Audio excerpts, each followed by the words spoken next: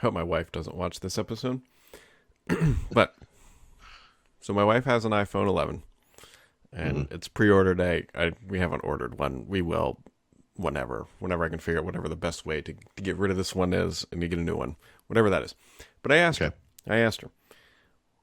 is there a color? I'm sorry. What do you have again? I'm sorry. My wife has an iPhone 11, so it's. No, but what do you have? A 13. I'm not upgrading mine, just hers. Gotcha. Okay. So she has an iPhone 11 going from 11 to 14. We had the phone for 3 years. It's whatever. It's fine. Mm-hmm. I asked my wife this morning, and I hope she's not watching. I said, is there a color that you prefer? And she said, I don't care what the color is. Now, Paul, having been married. When it arrives, she's going to look at it and be like, why'd you get this one? Exactly. All right. Well, we'll preserve this show. Yes. We'll remember this. September 9th. Then when September 18th arrives or whatever day these things ship. Yeah, I mean, we're not in any rush by any means. I just got to figure out what the gauntlet of options of trade-in to... I know. I'm trying to write something intelligent about this, but I'm probably going to be switching... I know. Probably going to be switching wireless carriers. So that's unusual for you. I know. Well, it's a long story. I mean, I don't want to get into too much, but the high level thing is that using an iPhone on Google Fi is not ideal. Mm-hmm. Not for the reasons most people think. It's not like 4G versus 5G. It's, they just enabled Wi-Fi calling, thank God, whatever. But it's just there's some issues, and a lot of it's spam and just other things. I'll write about it. But the other thing is, I use Fi for the reasons people would think. I travel internationally a lot, but the thing is, you can get like free internet access in Mexico. Like I don't really need international access that much, so I could use any carrier. My bill, like I max out my bill a lot because we've been traveling so much. So like the way Google Fi works is like you pay up to 6 gigs. So 6 gigs plus the base price is $80 plus taxes and fees and whatever. So my bills lately have been like $88 a month, and if you average it this year, it's $72 a month.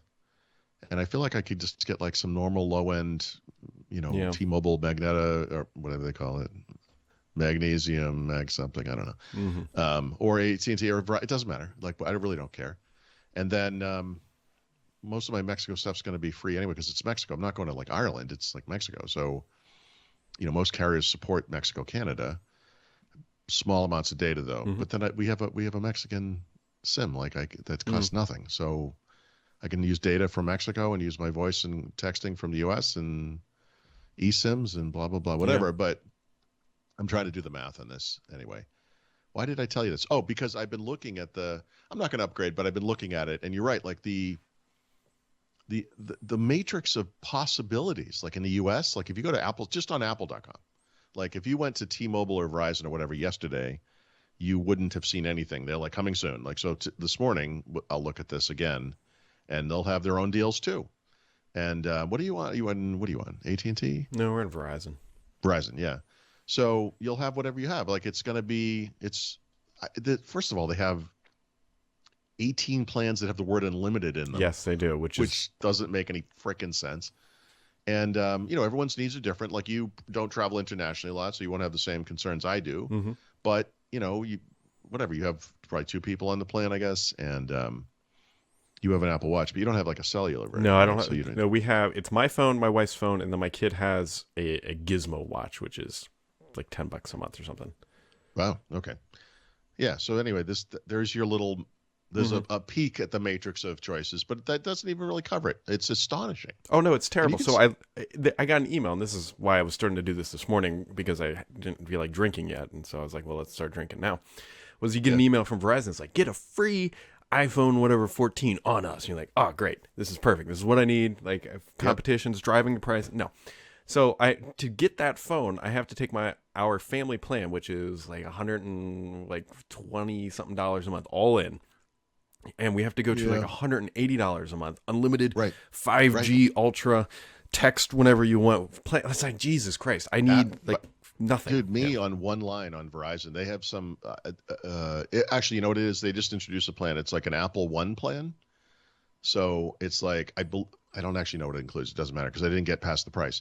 For one human being on this plan, it's $90 a month. Oof. Like, what are you talking about? Who spends that much on a freaking wireless? What is that? I know you probably get Apple One with it or something, and maybe even get a phone with it. I have no idea, but it's like I just can't. I can't even register these numbers in my brain. Like, and it's on the Apple site. There's a matrix of like all the carriers and all the different ways you can do it.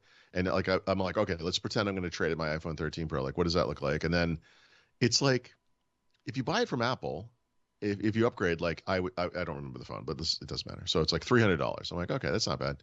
And then if I buy it from Verizon, $0. And I'm like, wait, what? Like, is that true?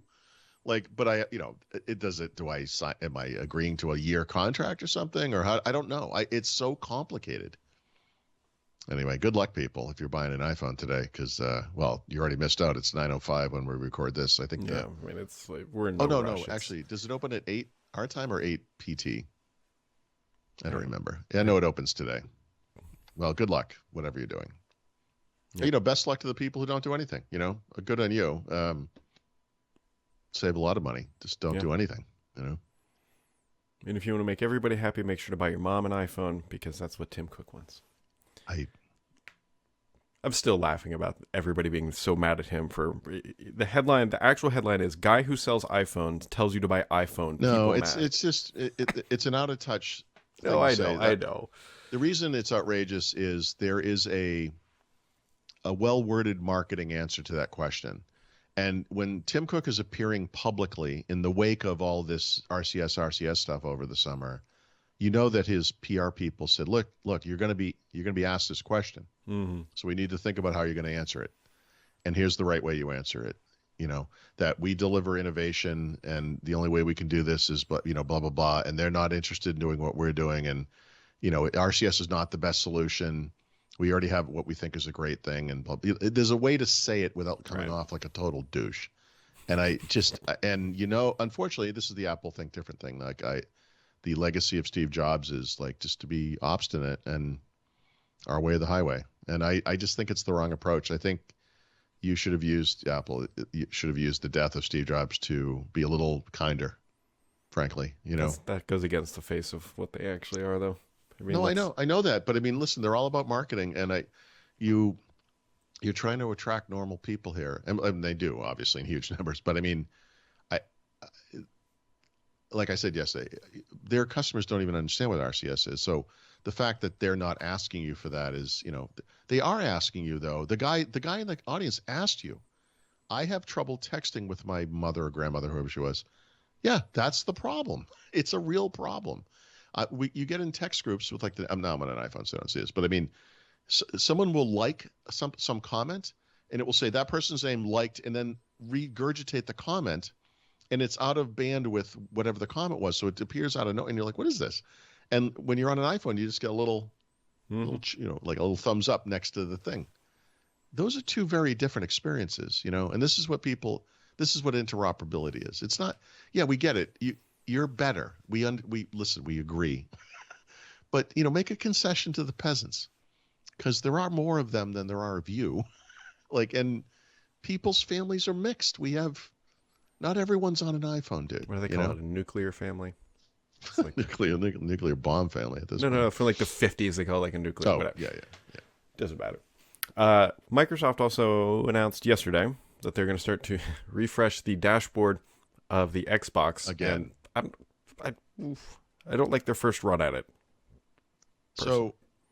So, just some people probably remember this. One of the weird things that happened with the Xbox One is they went to this new old architecture, and we thought, okay, they're finally going to get a hold of this dashboard thing, because the dashboard in the Xbox 360 was horrifically slow, and man, they just made it worse. Mm-hmm. And it was so bad, like that they would make UX changes to the dashboard, not like underlying changes that would speed up the entire performance of the thing, but they just started reducing steps to get from here to there, because that was the only way to make it faster. And I feel like as you move forward to the Xbox Series X and S, like we're just going to throw it out to the community now. We don't know what we're doing. Like, what do you think of this? We're going to do this next year. I don't know. What do you do with the dashboard?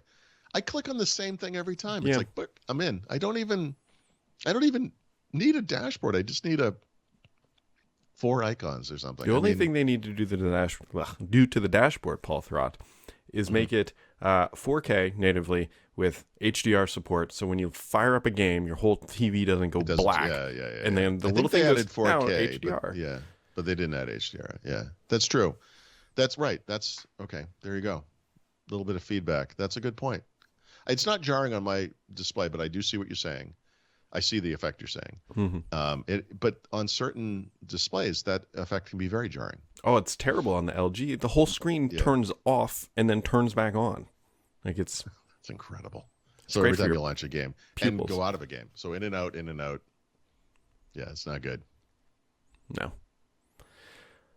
Nope. But the NFL is back. I watched that last night, even though I don't care about either teams. But the Bills look amazing, and I think they're going to have a great run this year. But yeah. I don't really. I care less and less about everything, frankly. But but football, and I don't know. Football used to be like an all-day event on Sunday for me. Now football's on like 5 days a week. It really is. That it's is on one of the 18 different channels or networks or whatever. I don't know. Things have gotten telling very my wife I actually preferred it when the Bengals were bad because all of their games would be Sunday 1 o'clock. Would be local, yeah. 1 o'clock. Well, I knew exactly where they'd be. be. They would be the local guys. You never had to worry about like the what do you call it? The nationwide network. Like Fox Sports or NBC, whatever they're on now. I don't know. Yep. Sunday at 1 was where I'd be, and now it's like you got to go to the Matrix thing. Know. So I can get a purple iPhone and watch the Bengals on Tuesday. Like you'll be like, all right, where are they? And then it's like, oh, we can't wait. It's blacked out. Yeah. Something. Yep. Congratulations on your successes. Yeah. Well, we'll see. We'll see what this year brings. Speaking of this year, I forgot to tell you. I'll say it right here. I am traveling all next week, going up into the office. So. Okay. Yep. Raphael's flying in. We're having a big. Oh, is he? Oh, neat. I got to talk to him. I haven't. Like talked to him. Having like an actual team. That's neat. And so, yeah, he'll be flying in, and Good. Okay, cool. So, he'll probably be wearing 2 masks like a freak. He'll come in with like a Darth Vader helmet on. I told him though, you're not getting it from me. Like I am in the Goldilocks zone of I've had it. I've still got immunity. Yeah. I know that will eventually go away from having it. Yeah. Like you're not getting it from me. So right. That's true. You are in the safe zone right now. Yeah. Like I should be going to raves, concerts. I should be doing the whole. Unfortunately, my wife has not had it, so she's like, no, let's not do that. Our wives might be impervious. Like I said, I did everything I could to give my wife COVID, and I don't know. I just imagine your wife sleeping and you just going up and coughing on her. She's like, is it raining in here? Yeah, we do need a new roof. Anyways, yeah, that's pretty much it. Oh, there is that new build of Windows 11 that has the taskbar stuff is back for tablets. See, you guys were all freaking out about the tablet stuff. They're going to fix it. But for what tablet Microsoft market? Not meeting the needs of their tablet audience since Windows 8. Are they planning like a roaring 20s? Like come back here for I don't tablets? Look, I don't use Windows on a tablet. I'm normal, but it's every time I do use it for testing purposes or because I'm writing about it for the book, whatever. The way they've done like edge swipes in Windows 11 makes sense to me. I think it's better than it's ever been. But like I said, I don't use it that way. Yeah, I mean, because it just, I don't know. Doesn't matter. Just doesn't matter.